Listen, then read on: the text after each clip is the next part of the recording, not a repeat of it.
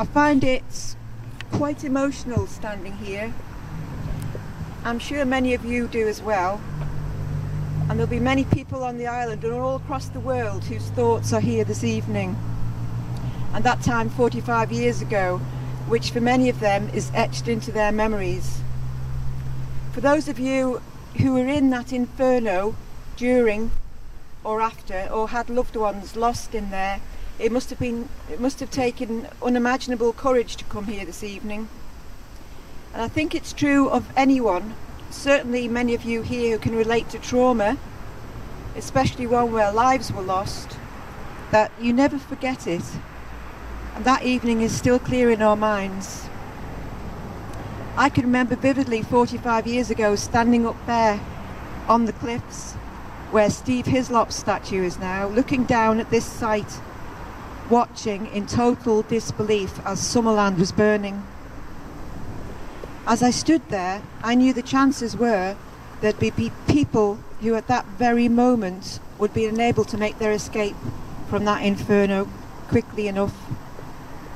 The speed of it was incredible. The thick black smoke rising up into the sky, tsunami of flames over the whole of that building, and there was nothing that I could do. And that feeling of helplessness has never left me, and it never will. So what do you do when you know you can do nothing? I suppose I did what millions of people over the centuries have done. I prayed to God that if there was anyone in there who needed help, he would lift them up into his arms. And that's why I'm standing here this evening. That's why you are here this evening. To remember, honour and commemorate the 50 people who were taken up into his arms. I was asked recently, were there any lessons learned from the Summerland fire? And the answer is yes. Let's not forget, it was only after the deaths of those 50 people here that things changed significantly. The Isle of Man government tightened up on building and fire regulations, and the Fire Precautions Act 1975 was put into place. Because of the lives lost here, countless other lives will have been saved. And we know when we go into a public building here on the island with our friends and families, that should the worst happen, we will stand a good chance of getting out safely and with the help of the emergency services who will be there for us. This year also marks the 100th anniversary of the ending of the First World War. And on the 11th of November, many of us will gather in remembrance at war memorials and stand in silence all over the island to honour those who lost their lives, so that we can enjoy the freedoms we have today. The debt we owe them, we can never repay. And although we have no memorial here to gather around in remembrance, the debt we owe to those people who were killed here on this site is one that we can never repay.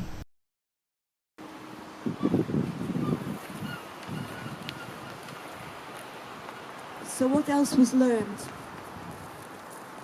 I can tell you that I've learned over these years a lot. It's only a small gesture for us to gather here and stand in a moment of reflection.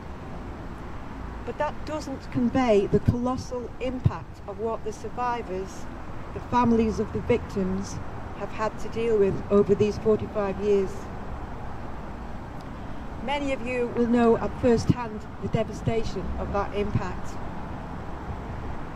I've learned there's no time limit on grieving, and the sense of loss or guilt felt. In my efforts to raise awareness and have a memorial here, many have contacted me, and I've learned from them firsthand how they've suffered and are still suffering up to the present. I can tell you of a little boy who managed to get out with his sister and brother, but lost his mum and auntie, and who, his sister wrote to tell me, made his first attempted suicide at the age of 13. I can tell you of the doctor from the UK who came here to give assistance as best he could that night. who wrote to me that he still suffers nightmares of the scenes he witnessed and heard.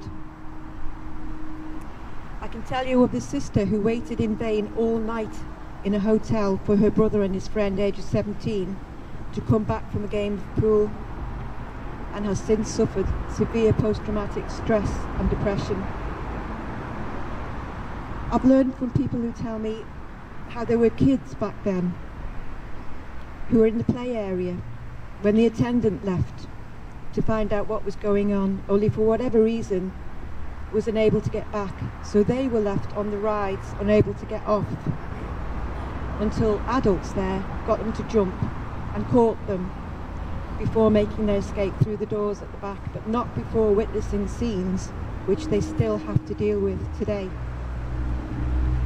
I've learned of a father who lost his wife, mum-in-law, and 3 little daughters, and how his nephew told me he could only speak of it once afterwards to his wife's sister, to say they tried to get out through a door but it was locked, but he was comforted because at the end they were all together in the dark before the smoke got them.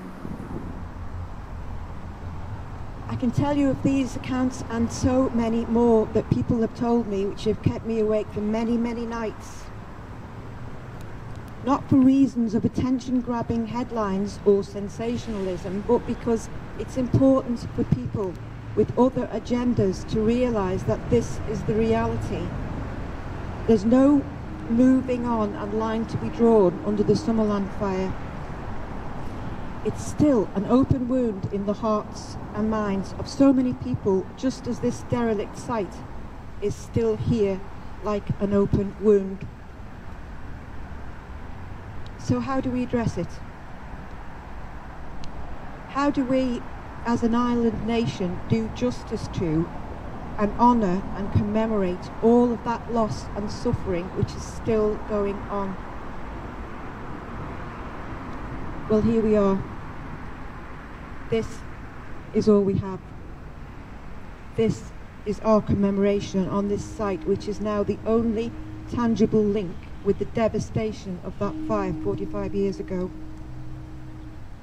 Surely it must be acknowledged that there will be no development here which will ever change that. This site will always be what it has been since Thursday evening, 2nd of August 1973, when 3,000 people had to escape from a death trap as best they could. It's where over 80 were injured. It's the death place of 50 men, women and children. 11 of those 50 were children under the ages of 19. I've learned that this tragedy, the events leading up to the fire and surrounding it, the inquiry report, which was whitewashed with an assurance that there were no villains here, the death by misadventure verdict recorded, the silence of those elected representatives back then, the building of a second leisure centre on this footprint of the first and calling it Summerland, the lack of truth, justice and accountability that families tried to achieve, which was denied to them. All of these factors and more are tied up together in what we know as the Summerland tragedy. And to separate them out is to diminish the importance and the impact of each of them.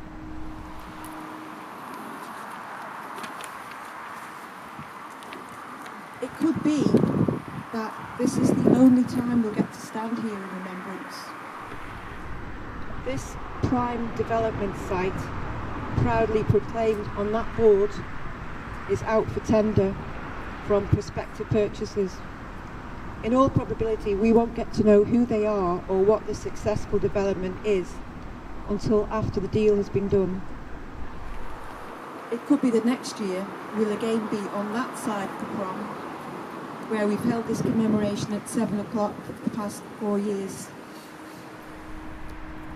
As for a memorial here on this site, where it should have been since the first anniversary of the fire, I've campaigned for 5 years now contacted and spoken to elected representatives and civil servants and tried to impress on them the historical significance and importance of this site, in the certain knowledge that at some time would run out. That time is approaching fast. I know there's a lot of public support for it. Back in 2013, there were 2,000 people signed the petition asking for the Isle of Man government to retain this site, which our island taxpayers and Douglas ratepayers have invested in, and to place a memorial here. Increasingly, there's support from elected representatives for it, but there's also a drive for government to get the best value for money for taxpayers. I can tell them now, they're too late. That right was forfeited 45 years ago. There are some things which you cannot put a price on. Our integrity, our moral and social conscience, our right to stand up and speak out on injustice, the message given to those further afield, to our future generations, and most importantly, the families of the victims and all those still suffering today. The outcome will speak for all time as to whether our small nation takes this opportunity to commemorate this site with a memorial proportionate to this huge tragedy, or whether this government, unlike previous governments, will agree with those of us who believe it's about time we pay due respect to those victims, their families and friends, and all those who came to their aid here. Will future generations of those victims' families be able to stand at a memorial here in remembrance of their forebears on the place where they were killed? This site is sacred. It's sacred to their memory, and it's sacred to us. Most of you will know, certainly if you've read the inquiry report, you will have learned of how the fire started. How staff in Summerland that night worked instinctively to save lives. Some of them went back into the building to rescue others and sacrificed their own lives trying to get them out. How people at the scene rendered assistance. How the emergency services, through no fault of theirs, were prevented from carrying out the very core of everything they were trained to do. Let's not forget this was way before the convenience of cell phones and digital communications enabling instant reaction to life-threatening situations. Yet all those who helped that night worked together without the aid of any significant disaster emergency plan. I know that all those in the emergency services and all the doctors and nursing staff who worked tirelessly back then were deeply affected by what they faced and had to deal with in the aftermath. Many of them have suffered for the rest of their lives, unable to speak about it up to the present time. To call them heroes doesn't begin to do them justice. The appreciation and recognition due to them is immeasurable. And the appreciation and recognition we owe to all our hospital staff, emergency teams and emergency service today is immeasurable.